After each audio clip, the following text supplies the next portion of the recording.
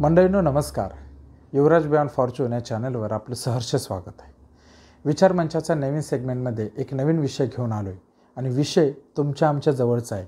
कारण विषयाचं नाव आहे पत्रकारांनो तुम्हाला झालं आहे तरी काय. महाराष्ट्राच्या राजकारणामध्ये, देशाच्या राजकारणामध्ये पत्रकार हा सगळ्यात महत्त्वाचा दुवा आहे. म्हणजे लोकशाहीचा चौथा स्तंभ म्हणून आपण पत्रकारांकडे पाहत असतो. कारण हे पत्रकार जे असतात सामान्य व्यक्ती मोठ्या मोठ्या लोकांपर्यंत पोचू शकत नाही, सत्ताधारी लोकांपर्यंत पोचू शकत नाही. मग त्यांच्यापर्यंत पोचण्याचं काम हे पत्रकार करत असतात. आणि मग पत्रकार तिथे गेल्यानंतर सामान्य माणसाला अशी अपेक्षा असते की कुठंतरी माझ्या मनातला प्रश्न हे पत्रकार नक्की विचारतील. अर्थातच अनेक पत्रकार असे आहेत जे खरोखरच मनापासून सामान्य जनतेचे प्रश्न हे सत्ताधारी पक्षाला विचारत असतात. याचं कारण असं आहे, सत्ताधारी पक्षावर अंकुश ठेवण्याचं काम हे पत्रकार करत असतात. म्हणजे सत्ताधारी पक्षावर अंकुश ठेवण्याचं काम हे विरोधी पक्ष नेते करत असतात किंवा विरोधी पक्ष करत असतो. परंतु त्याला सिमिलर असं जर म्हटलं आपण तरी वावगं ठरणार नाही. पत्रकारसुद्धा सत्ताधारी पक्षाचं चांगलं काम केलं तर कौतुकही करतो आणि जर वाईट काम केलं, चुकीचं काम केलं तर त्यावर अंकुश ठेवायचा किंवा त्यांना प्रश्न विचारायचं कामही करतो. परंतु सध्याच्या राजकारणामध्ये, सध्याच्या दिवसांमध्ये पत्रकार असं करताना दिसत नाही. म्हणजे काही पत्रकारांबद्दल मी बोलतो आहे. हे असं का होतं हेच मला कळत नाही. कारण लोकशाहीचा चौथा स्तंभ ज्यावेळेस असा डळमळीत होतो त्यावेळेस कुठंतरी सामान्य माणसालासुद्धा भीती वाटते की अरे यांचं स्थान जर डळमळीत झालं तर आपल्याकडं कोण पाहणार. कारण पहा ना, महाराष्ट्राच्या राजकारणाचंच आपण उदाहरण घेऊ. सकाळी सकाळी एखाद्या नेत्याची पत्रकार परिषद सुरू असते. अनेक उदाहरणं देता येईल. म्हणजे माननीय अजितदादा पवार साहेब, माननीय देवेंद्र फडणवीस साहेब, माननीय संजय राऊत साहेब, माननीय उद्धव ठाकरे साहेब, अनेक जणांची उदाहरणं देता येतील. आता बघा ना तुम्ही कुठल्याही नेत्याजवळ, आता माननीय अजितदादा पवार साहेबाकडे पत्रकार गेले तर प्रश्न विचारणं काय अपेक्षित आहे की बाबा तुम्ही कोणत्या योजना आणणार आहात, सामान्य लोकांसाठी कुठल्या नवीन योजना आपण आणलेल्या आहेत, आणणार आहात, भविष्यामध्ये आपण कसं योजना सामान्य माणसांपर्यंत पोचवणार आहात, गरीब श्रीमंत झाला पाहिजे याच्यासाठी सरकारकडं काय योजना आहेत, सुशिक्षित बेरोजगारांसाठी सामान्य माणसांकडे पाहण्याचा दृष्टिकोन सरकारचा कसा आहे, या गोष्टी विचारणं अपेक्षित असतं. परंतु पत्रकार विचारतात काय, तुमच्यावर अशा अशा व्यक्तीने टीका केली त्याला तुम्ही काय कराल, त्याला तुम्ही काय उत्तर द्याल. मग राऊत साहेबांकडे गेले की मग तिथं विचारणार, मग फडणवीस साहेब असे म्हणले तुम्ही काय बोलणार त्याच्यावर, मग अजितदादा तुम्हाला असे म्हणले त्याच्यावर तुम्ही काय बोलणार. अरे ठीक आहे, हा काय म्हणतो तो काय म्हणतो हा ज्याचा त्याचा वैयक्तिक प्रश्न आहे. परंतु पत्रकारांचं काम हे नाही आहे की हा काय म्हणला याचं उत्तर तुम्ही काय देणार.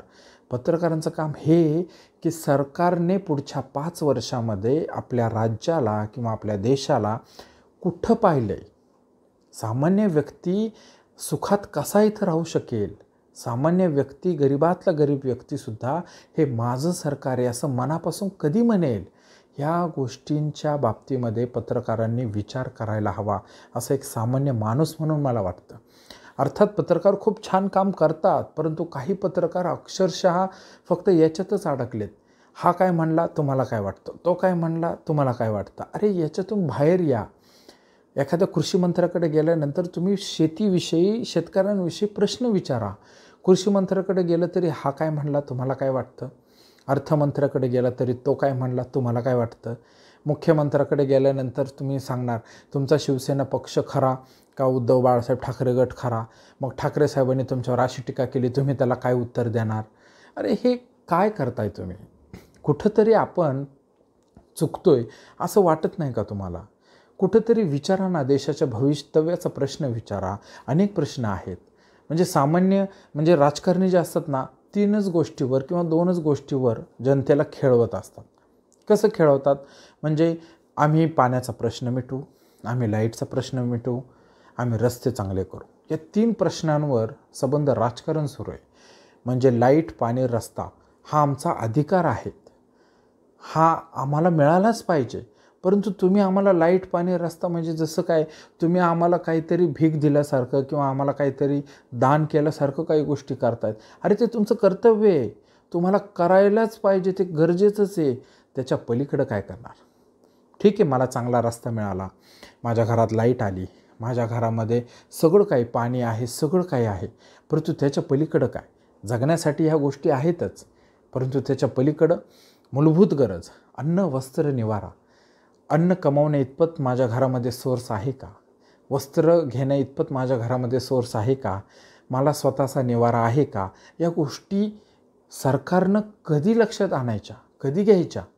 म्हणजे आपण म्हणतो ना, सामान्य माणूस एकच गोष्ट करतो, कुठंतरी हे सरकार आल्यानंतर माझं चांगलं होईल. ह्या गोष्टी विचारा. पत्रकारांनी या गोष्टी विचाराव्यात की सांगा, माझ्या सुशिक्षित बेरोजगाराचं काय होणार आहे पुढं? माझ्या बेरोजगारांचं काय होणार आहे? माझ्या शेतकऱ्यांचं काय होणार आहे? माझ्या शेतकऱ्यांना तुम्ही किती मदत करणार आहात?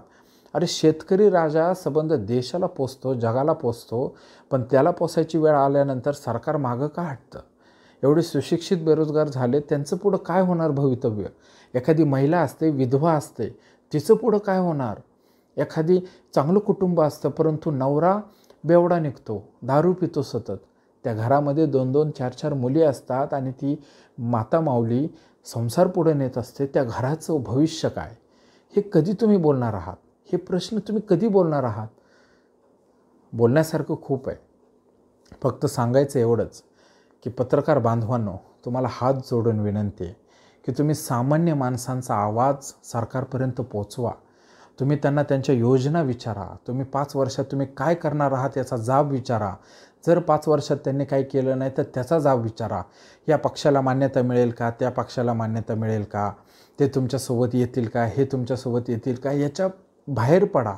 आणि संशयितपणा तरी किती असावा? म्हणजे नवरा बायकोवर जेवढा संशय घेणार नाही तेवढा पत्रकार लोक संशयात वावरतात, असं माझं स्पष्ट मत आहे.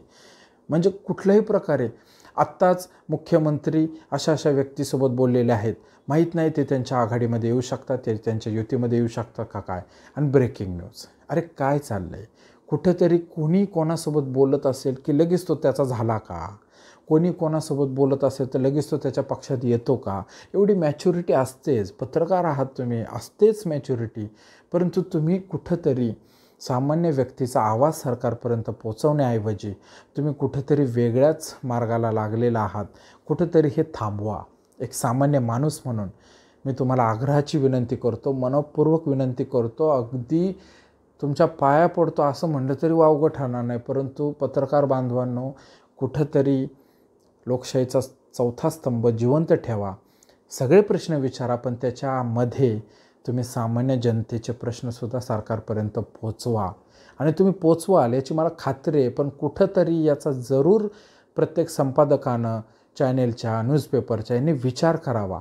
खरंच त्यांनाही कुठंतरी अवघड जात असेल, परंतु काय अडचण आहे त्याच्यावर मात करा, पण सामान्य माणसांचा आवाज मात्र सरकारपर्यंत पोचवा.